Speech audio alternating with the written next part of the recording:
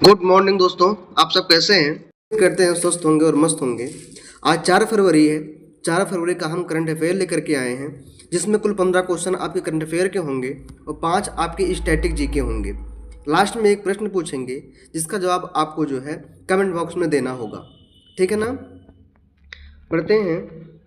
देखिए, आज का सुविचार है, अगर आप उन बातों और परिस्थितियों की वजह से चिंतित हो जाते हैं जो आपके नियंत्रण में नहीं है, तो उसका परिणाम समय की बर्बादी और भविष्य का पछतावा ही है।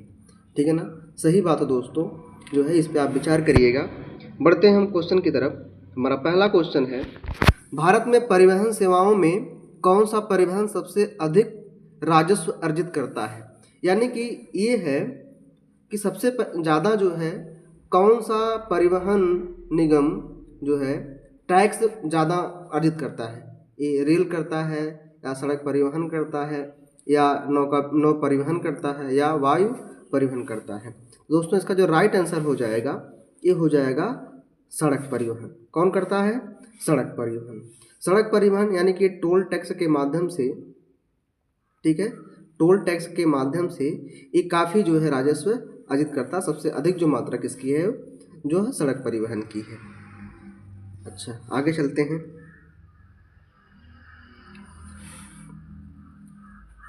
कौन सा देश विश्व में धन प्रेषण के मामले में शीर्ष से प्राप्त करता रहा है? तो ऑप्शन दिया गया है चीन, भारत, पाकिस्तान, मैक्सिको। तो इसका राइट आंसर क्या हो जाएगा? पाकिस्तान। क्या हो जाएगा? पाकिस्तान। अच्छा, अब जानने वाली बात यह है कि जो है आया है धन प्रेषण, ये जो आया है धन प्रेषण, ये क्या होता है? धन प्रेषण मतलब ये होता है किसी व्यक्ति या संस्था को पैसा भेजना। क्या होता है? किसी संस्था या व्यक्ति को पैसा भेजना। अच्छा, जो धन प्रेषण शब्द है यह रेमिट से मिलके बना हुआ है। किससे बना है? रेमिट से, जिसका अर्थ होता है वापस भेजना। क्या होता है? वापस भेजना, इसका अर्थ होता है। ठीक है ना? तो ये कौन है? पाकिस्तान है। यानी ये सबसे ज़्यादा प्राप्तकर्ता कौन है? पाकिस्तान। अच्छा, पाकिस्तान की राजधानी क्या है? इस्लामाबाद। क्या है? इस्लामाबाद। और मुद्रा क्या हो जाएगी? पाकिस्तानी रुपया। भारत की राजधानी नई दिल्ली 1912 में बनाई गई थी। ठीक है ना? नई दिल्ली। मुद्रा क्या हो जाएगी? भारतीय रुपया। चीन की राजधानी तो हो जाएगी बीजिंग। क्या हो जाएगी? बीजिंग। और मुद्रा क्या हो जाएगी? युआन हो जाएगी। मैक्सिको की राजधानी क्या हो जाएगी? तो मैक्सिको की जो राजधानी है ये मैक्सिको सिटी ही होगा। यह उत्तरी अमेरिका का एक जो है देश है। ठीक है ना? अच्छा, मैक्सिको की मुद्रा क्या है? Mexican peso. ठीक है ना? Mexican peso. आगे बढ़ते हैं। भारत के डीप ओशन मिशन के लिए कितने करोड़ रुपए का आवंटन किया गया है? ठीक है ना? तो जो ये आया है डीप ओशन मिशन, इसको शॉर्ट में बोलते हैं DOM, डीप ओशन मिशन। अच्छा, ये है क्या? डीप ओशन मिशन है भारत सरकार की एक महत्वाकांक्षी परियोजना है। इसका मकसद गहरे समुद्र में अन्वेषण करना, अर्थात जैव विविधता का पता लगाना।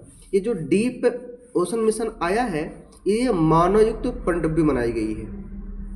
मानव युक्त क्या बनाई गई है? पनडुब्बी बनाई गई है।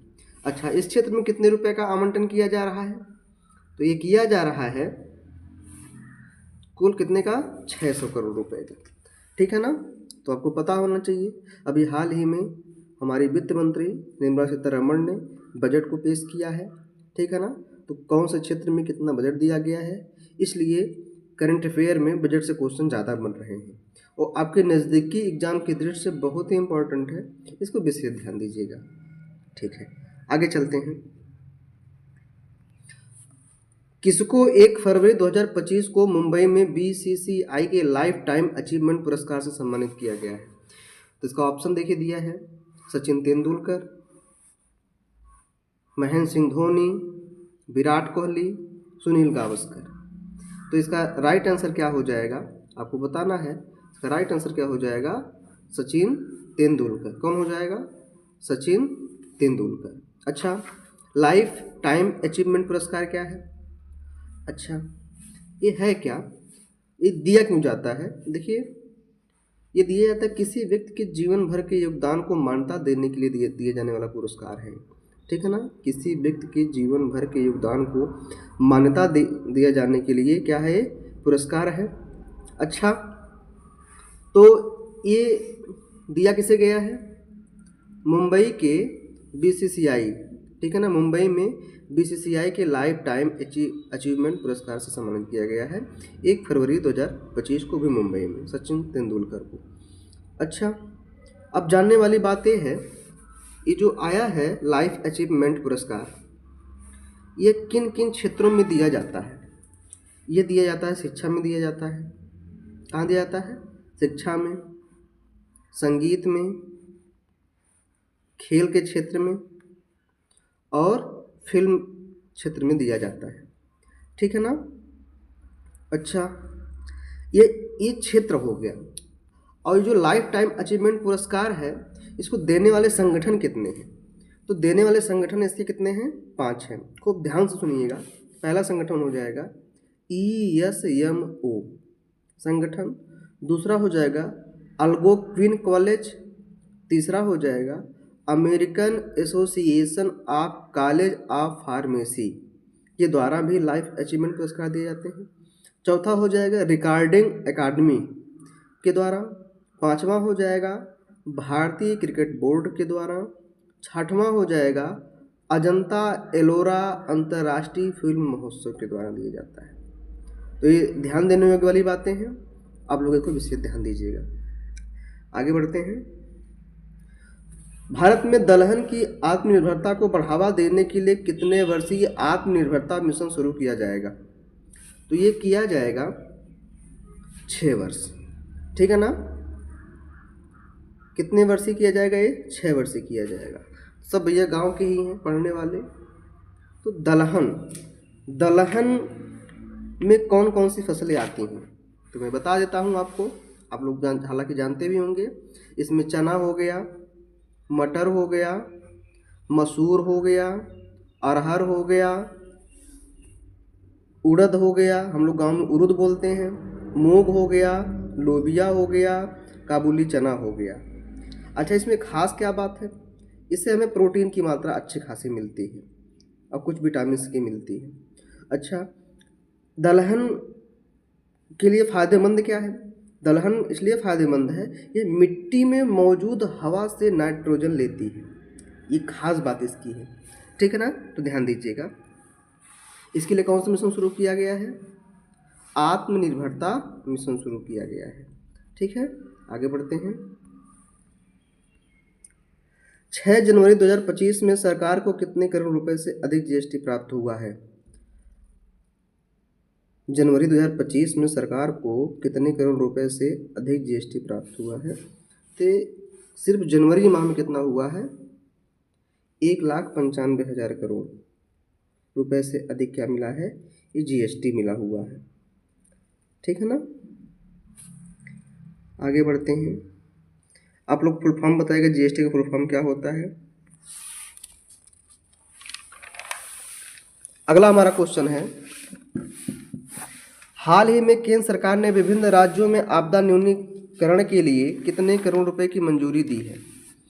तो ये कितने रुपए की मंजूरी दे दिए हैं? 3027.86 करोड़ रुपए की मंजूरी दी गई है। आगे चलते हैं। भारत ने 4 नए रामसर स्थलों को शामिल किया है, जिससे देश में कुल रामसर स्थलों की संख्या बढ़कर कितनी हो गई है? 89 हो गई है। अच्छा, कितनी हो गई है?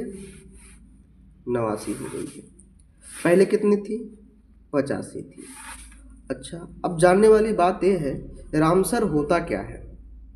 रामसर ये है अंतर्राष्ट्रीय महत्व की अर्धभूमियों को कहते हैं। अंतर्राष्ट्रीय महत्व की अर्धभूमियों कहते हैं। यह कह सकते हैं कि यह अंतर्राष्ट्रीय एक पर्यावरण संधि है। यह एक क्या है, अंतर्राष्ट्रीय पर्यावरण संधि है। अच्छा, अगर बात करें रामसर स्थल, पहला रामसर स्थल कौन सा था, तो कह सकते हैं चिल्का झील। कौन सी झील थी, चिल्का झील। चिल्का झील, चिल्का झील आपकी उड़ीसा में अवस्थित है। अच्छा, अब एक पहला इसे भी माना जाता है केवला देव, केवला देव राष्ट्रीय उद्यान, ये राजस्थान में स्थित है। ये भी और चिल्का झील दोनों को पहला रामसर का दर्जा दिया गया था। ठीक है ना, याद रहे, पहले 85 थे 2024 में, अब वर्तमान 2025 में कितने हो गए हैं, 89 हो गए हैं। रामसर स्थल है क्या, अंतर्राष्ट्रीय पर्यावरण संधि है। आगे चलते हैं। नवंबर 2024 तक स्थापित क्षमता 7.2 बढ़कर कितने गीगावाट हो गई है, तो कितना हो गई है,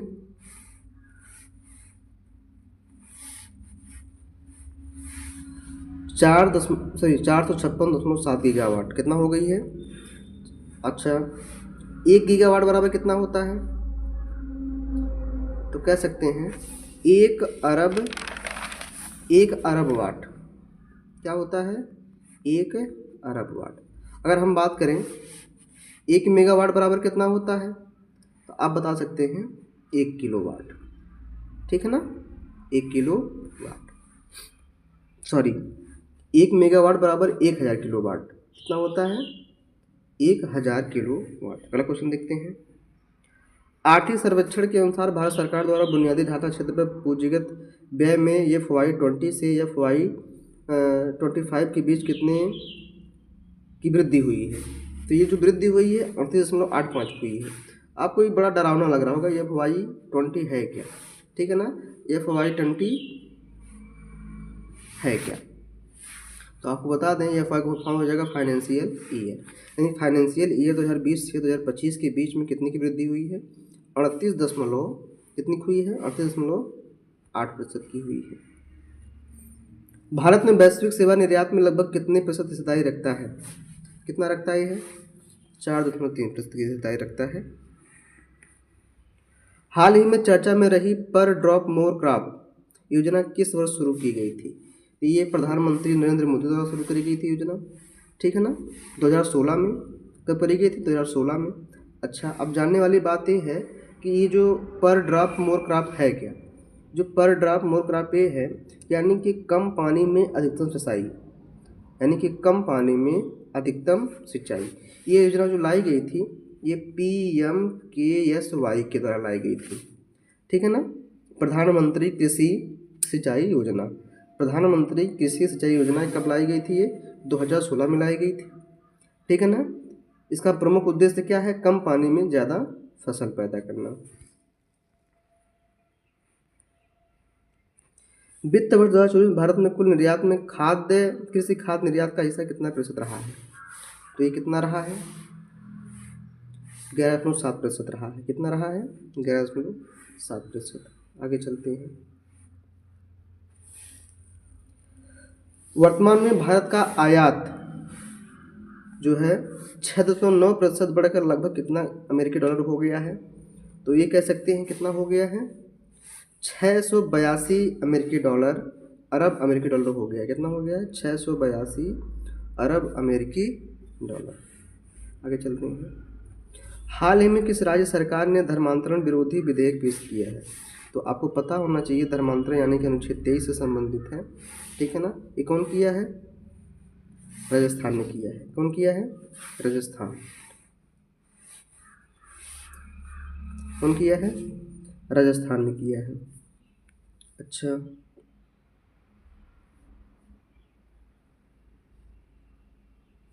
राजस्थान की बात आती है तो राजस्थान की राजधानी क्या हो जाएगी, जयपुर, और इसकी स्थापना क्या हो जाएगी, 30 मार्च 1949 को बिहार आया। बिहार की राजधानी पटना, और इसकी स्थापना कब हुई थी, 22 मार्च 1912 को। वहाँ बिहार के CM कौन, नीतीश कुमार हैं। आया है कर्नाटक, कर्नाटक के जो है मुख्यमंत्री कौन है, तो सिद्धारमैया है। राजधानी क्या हो जाएगी, बेंगलुरु, इसकी स्थापना कब हुई थी? 1 नवंबर 1956 को। आया है मणिपुर, मणिपुर की राजधानी क्या हो जाएगी? इम्फाल, इसकी स्थापना हुई थी 21 जनवरी 1972 को हुई थी। कब हुई थी? 1972 को। अब बात आती है राजस्थान की, तो राजस्थान में जो है वर्तमान में गवर्नर कौन है? हरिभाऊ बागड़े हैं, ठीक है ना। कौन है गवर्नर? हरिभाऊ बागड़े हैं। सीएम कौन है? भजन लाल शर्मा जी हैं। कौन है? भजन लाल शर्मा जी हैं। अच्छा, अगर बात करें जो है विधानसभा सीटें कितनी हैं, तो विधानसभा सीटें कितनी हैं राजस्थान में? 200 हैं। लोकसभा सीटें कितनी हैं? 25 हैं। राज्यसभा सीटें कितनी हैं? 10 हैं, ठीक है ना। आगे चलते हैं। आ गया हमारा स्टैटिक जीके, पहला क्वेश्चन उसमें हो जाएगा। निम्नलिखित में से किस नदी पर श्री सैलम जल विद्युत परियोजना का निर्माण किया गया है? तो किस पे किया गया है? कृष्णा नदी।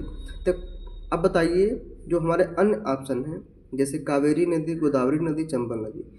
कावेरी नदी की प्रमुख परियोजना क्या है? तो कह सकते हैं कृष्णा राजा सागर बांध। कृष्णा राजा सागर बांध।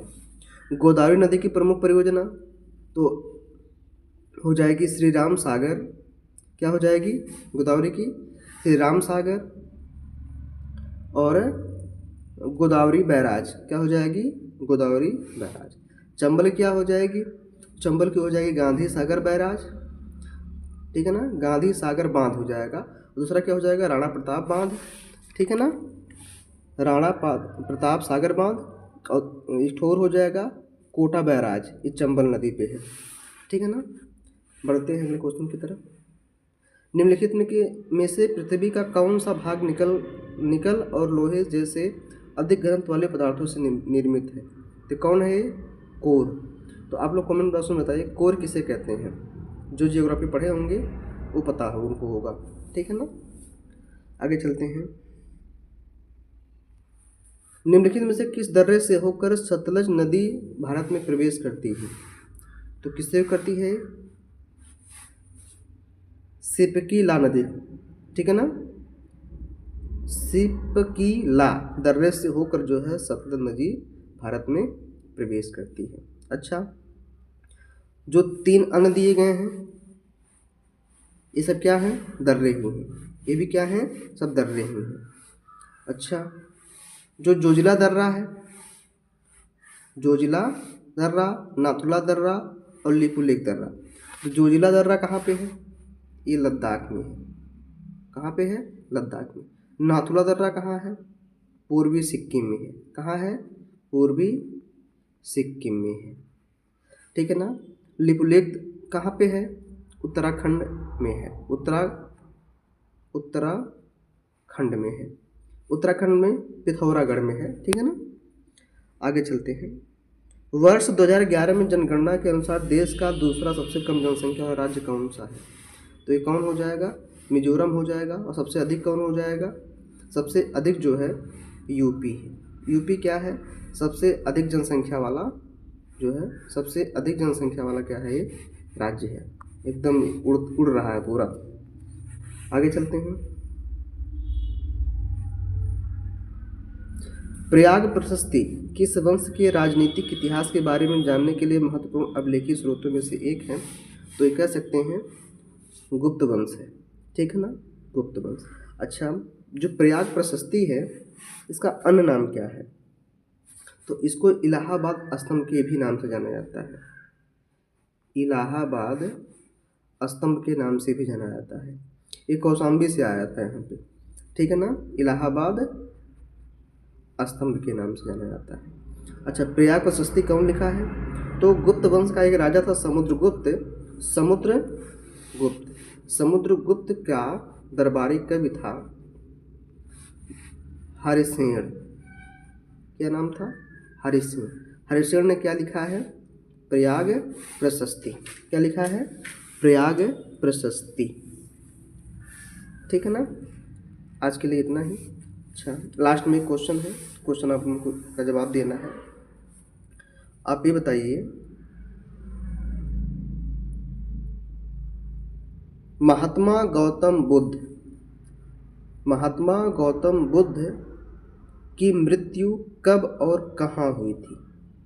ठीक है ना, इसका जवाब आपको कमेंट बॉक्स में देना है। बस आज के लिए इतना ही, धन्यवाद।